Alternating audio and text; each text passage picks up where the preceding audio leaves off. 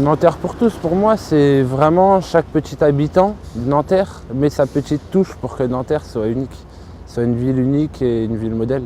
Nanterre pour tous et Nanterre par tous. Hein? Alors ça me parle complètement parce que comment dire, c'est un creuset où tout le monde peut s'y retrouver. Alors Nanterre pour tous, je dirais que c'est une ville à l'écoute.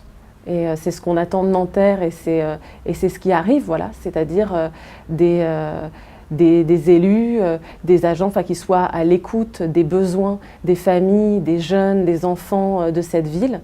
Et puis un lieu de convivialité, voilà, un lieu de vivre ensemble, qu'il continue à y avoir des espaces comme ça pour accueillir l'ensemble de la population, ne pas avoir peur de se mélanger, de venir d'horizons différents et de trouver les moyens, voilà, que les gens puissent partager des vrais moments de convivialité. Voilà ce qu'on attend de Nanterre aujourd'hui et ce qu'on y trouve. Ce que j'espère, moi, justement, pour les prochaines années, c'est vraiment une fraternité. C'est-à-dire qu'au-delà du fait d'habiter dans la même ville, vraiment travailler ensemble, c'est-à-dire pour, je dirais, le bien des Nantériens, mais aussi pour la croissance de cette ville. Et une ville pour tous, c'est une ville d'échange, de partage.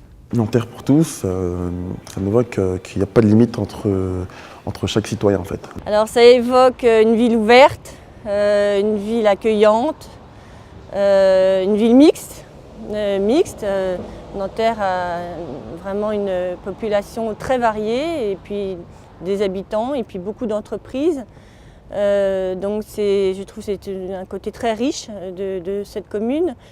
Et puis pour moi Nanterre pour tous, c'est aussi une ville dans laquelle les gens seraient bienveillants et dans laquelle les gens devraient vivre en harmonie.